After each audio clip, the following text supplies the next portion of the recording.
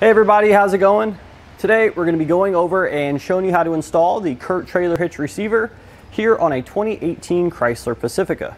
So this is what our trailer hitch is going to look like installed on our Pacifica here. Now this hitch does have a hidden cross tube, meaning it's actually going to be tucked away back behind the bumper here. So the only thing we can actually see is the receiver tube.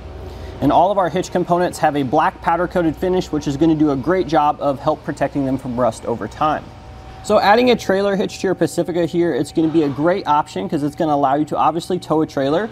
But if you wanted to hit some trails or just simply free up some space inside the vehicle for you and the family on those long road trips, you could easily attach either a hitch-mounted bike rack or hitch-mounted cargo carrier. So in regards to towing, our trailer hitch is going to provide us with a 4,000 pound gross trailer weight rating. That's the amount we can pull outward on the receiver tube. It also has a 400 pound tongue weight rating, which is the downward force on the receiver tube. Now keep in mind these capacities are for the hitch only, which is tested separately of the vehicle. Therefore, you do need to verify the vehicle's towing capacity in your owner's manual and abide by the lower of the two rated components, whether that's the hitch or the vehicle. So the opening size of our trailer hitch is an industry standard 2" by 2", so you're going to have plenty of those hitch mounted cargo carrier and bike rack options to choose from. Now on the bottom of our trailer hitch, you're going to see we have our safety chain loops here. These are going to work great with both the smaller S-type hooks and your larger Clevis hooks. And then on the side of the receiver tube, you're going to have your industry standard 5/8 inch diameter hitch pin hole. That's going to work great with a 5/8 inch diameter hitch pin and clip. Now keep in mind, your hitch pin and clip is actually sold separately. It doesn't actually come with a trailer hitch. And the reason for that is a lot of your aftermarket accessories are actually going to come with their own. So a couple measurements for you guys here. The first one is the distance from the ground to the top inside edge of the receiver tube. You're looking at about right at 13 inches. And that's going to be useful when you're selecting a ball mount. That way you can make sure you get the correct rise and drop to tow your trailer level. And then we have the distance from the center of the hitch pin hole to the outside edge of the bumper. So you're going to use this to make sure all of your accessories clear while they're folded up. And you're looking at right about 5 inches here. So in regards to installation, this hitch is pretty much straightforward. There's no modifying to the vehicle whatsoever, so that's nice. So especially if you have a leased vehicle or something like that, this isn't going to void any warranties either. The bulk of your install is probably going to be removing and reinstalling that large underbody panel with several fasteners, but I really wouldn't say it's challenging. It's just going to take you guys a little bit of time. Now, you don't need a lift or anything to install this. You can do it on the ground. If you have some jack stands to jack up the rear of the vehicle, that's great. It'll give you more room to work, but you can certainly still do this on the ground. In regards to the tools you're going to need, you're probably going to have everything because it's just common hand tools. There is one you might not have. That's a torque wrench, and if you don't have this, you can actually rent this for free from most local auto parts stores. But with that being said, let's go ahead and walk you through the entire installation process step by step now. So first step of your installation, we actually have to come underneath the vehicle, and you see this large underbody panel. We do need to remove this. And now in order to remove it, there's actually several different fasteners holding this on. So we're going to start by grabbing a 10mm socket. We're going to be removing these bolts here on the outside edge of the panel.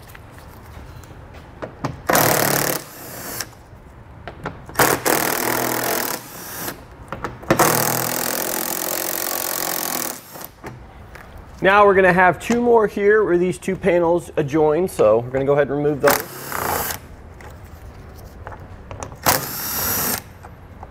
And then once you drop down this panel, you can see there's going to be some plastic nuts above that. So we'll take that same 10mm socket we've been using and remove those.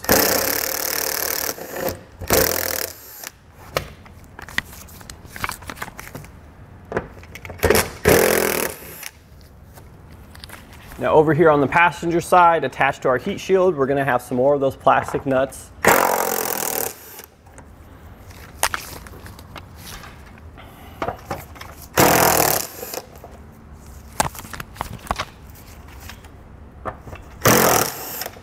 So we've got some more of those plastic nuts here in the center of the panel as well. So go ahead and get those out. Got one on that side and two over here on the driver.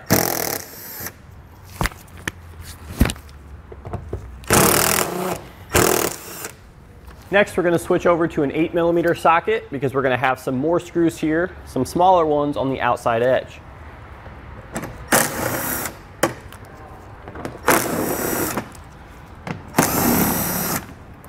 So now we're gonna have a couple more screws here on the inside attaching this part of our wheel well liner to this underbody panel. So they are kind of hard to see, but there's a few more back here we need to remove.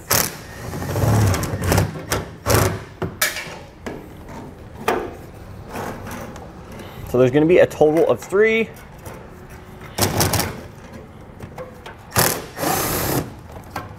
Now we're gonna take a flathead screwdriver. You're gonna see these fasteners here.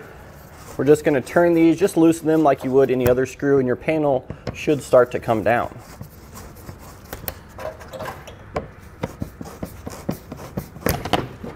So we've got one there, and we have one over here as well. Now we should just be able to remove the panel entirely. So next we're going to be lowering our exhaust. So before we do that, we want to make sure that we support it properly. If you're on the ground, just use some jack stands, or if you're in the air like us, you're going to use a cam buckle strap. Just hook it to 2 points on the frame here, and then pull it tight to the bottom of the exhaust. Now we can go ahead and start removing our hangers from the rubber isolators. So we're going to have 2 in total. There's going to be 1 back here at the tailpipe. What we're going to do is we're going to take some sort of lubricant and spray that down. It's going to make it a lot easier to get that metal hanger out of there. So we've got that one, and then there's going to be 1 here as well. So now we can either take a combination of a pry tool or an actual exhaust hanger removal tool to go ahead and free those metal hangers from the rubber isolators. Now they can be kind of tricky. Really, a lot of it is just finding a point to pry from.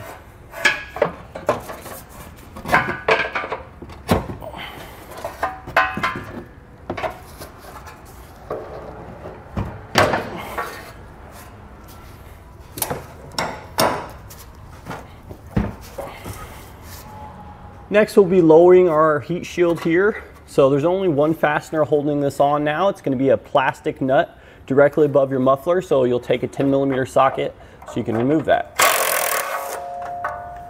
And then our heat shield should come down now with that on.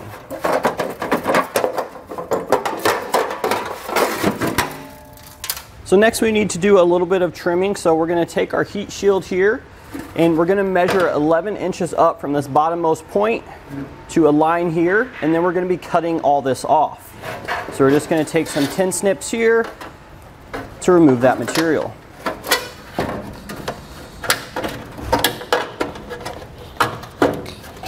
Now you want to be careful when you're cutting this heat shield material because it can be very sharp.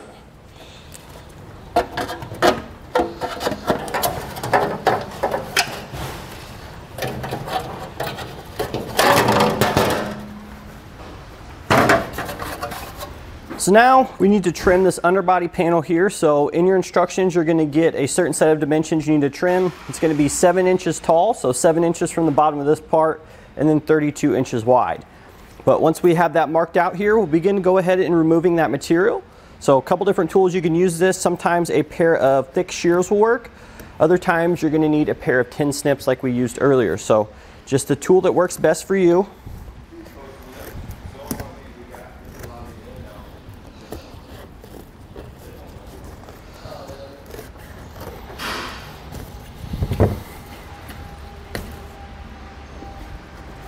So now if we look underneath the vehicle here on either side of the frame, you're going to see we have several holes here, and these are actually the holes we're going to use to install our hardware and secure the hitch to the vehicle. So I went ahead and put a white paint marker on each of the holes we're going to be using.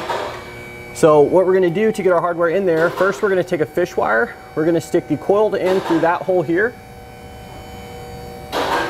and then I'm going to fish it all the way forward to this access hole here. So I kind of put my finger up there, that way I can sort of guide the fish wire down through there. It can be kind of tricky here.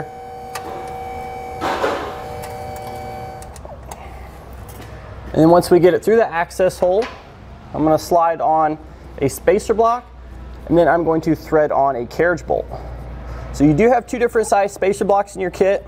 Make sure you use the small one for these 2 holes here. The larger one is for that rear hole. But now we'll just go ahead and shove our hardware up into the frame, and then pull our bolt through. Now we're just going to repeat that same process for that square hole there. And then for this last hole here, we're going to go ahead And take another fish wire, take the larger spacer block, thread on your carriage bolt, and then shove the carriage bolt up there with your spacer block, and then pull them both straight down. So we've got this side done. Now we'll just repeat those same steps over on the other side. Now with an extra set of hands, we can raise our hitch up into position. You will have to come up and over the exhaust on the passenger side first.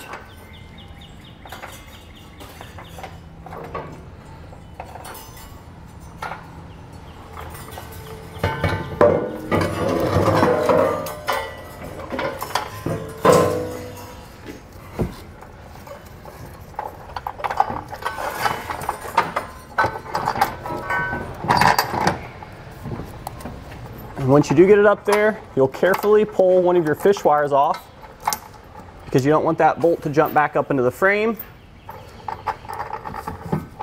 You're going to place on a conical tooth washer, and you're going to use that washer to pin the bolt so you can thread on your hex nut. So once you've got one nut holding it on there, you can go ahead and put one on the other side, and that's going to hold your hitch up in place, and then you can go back and do the remaining hardware. Next, I'm going to take a 3/4 inch socket. I'm going to go ahead and snug up each of our bolts.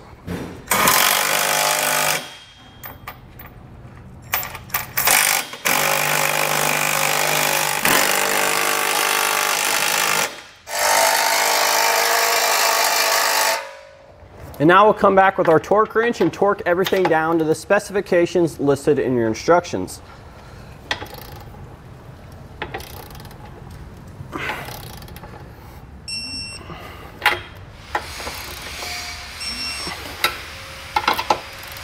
Then we'll go ahead and reinstall our heat shield here. So we're only going to be using one of the two fasteners that we originally secured this with.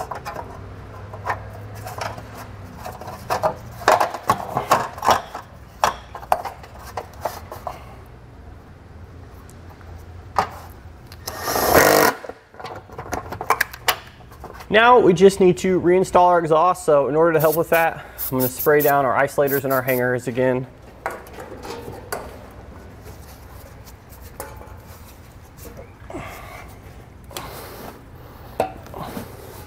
All that we have to do now is to simply resecure our underbody panel. Keep in mind we will have some leftover fasteners because we did remove some of our attachment points back here at the bumper. And now that you have your underbody panel reinstalled, that's going to do it today for our look and installation of the CURT Trailer Hitch receiver here on our 2018 Chrysler Pacifica.